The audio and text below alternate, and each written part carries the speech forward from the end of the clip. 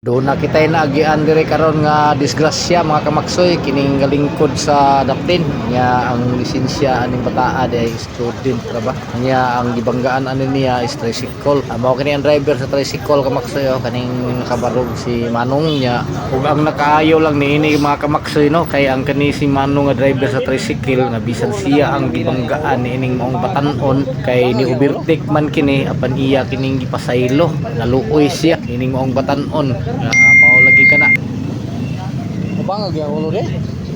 dili lagi magpakusog-pakusog og dagan kay labi na nga dili sakto ang atong lisensya nga gida student pa kay kung hinusgan kini ni Manong ma-impound kini yang motor o dako ang iyang problema ni offer pa sila o ila na lang ipamedikal bisan o sa